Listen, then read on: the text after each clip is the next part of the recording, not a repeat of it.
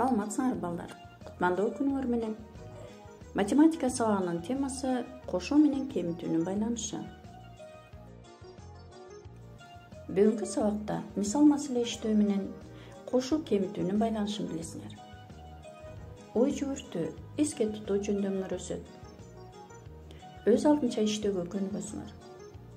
Таза, сулуу, катасыз жазуу менен тазалыкка, адиптүүлүккө тарбияланасыңар.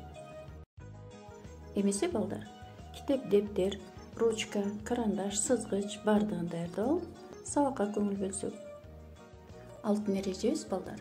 Көңүл буруп түшүнөм, жазуунун эрежелерин сактайм.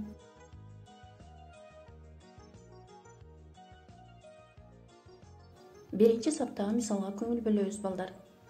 2 менен 3-түн суммасы 5-ке барабар. Демек 2-ге 3-тү кошсок 5 болот. Экинчи сапка көңүл бөлсөк, 5 менен 2-нин айырмасын тап. Же болбосо суммадан биринчи кошулуучуну кемит.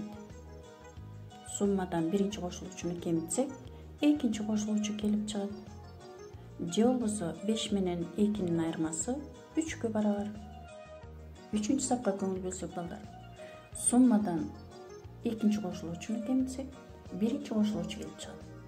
5 менен 3-түн айырмасы 2-ге барабар. Кемитүүчү менен айырманын суммасы кемүүчүгө барабар. 2-ге 3-тү кошо турган болсок, 5 болот. Акыркы сапта 5 кемүүчү, 3 кемитүүчү, 2 айырма. Айырма менен кемитүүчүнүн суммасы кемүүчүгө барабар.